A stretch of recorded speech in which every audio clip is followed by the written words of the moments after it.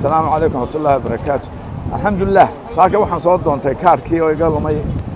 bedelkiisii marka waan hadda kuyuban galay alxamdulillah rabbil caalamiin waxay qaadatay ilaa 10 mir bay qaadatay shahaadadaas la siiyay indhaha baa la ii geliyay waxaan ay soo saaray inaan walay dhaariyo horta marka hore inuu kaarku iga lumo aan dhaartay ka bacdi indhaha la iga qaaday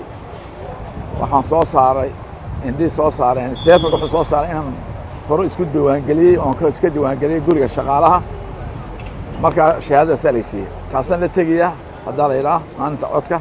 taasan hadaa la ilaa aan ku codeynaya wala igu siinaya warqadda codka aan ku bixin lahaa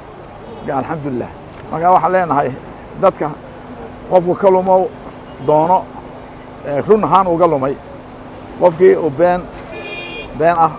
daarna way jirtaa hadda waxa ku qabanaya haddana technical ka lagu qabanaya oo indhaha lagu saaraya marka beentu ay soo baxaysa marka qofkii uu ka lumay si dhaqso u doono si aad codkaaga iyo xuquuqdaada u heshid hadaa ilaa waa inaad si dhaqso u doonataa muddadu waa muddo 15 cisho intaanay waqti ka dhicin ya dhammaan ugu yeeray dadka reer Soomaaliland xalaasha. Assalaamu calaykum wa rahmatullahi wa barakatuh.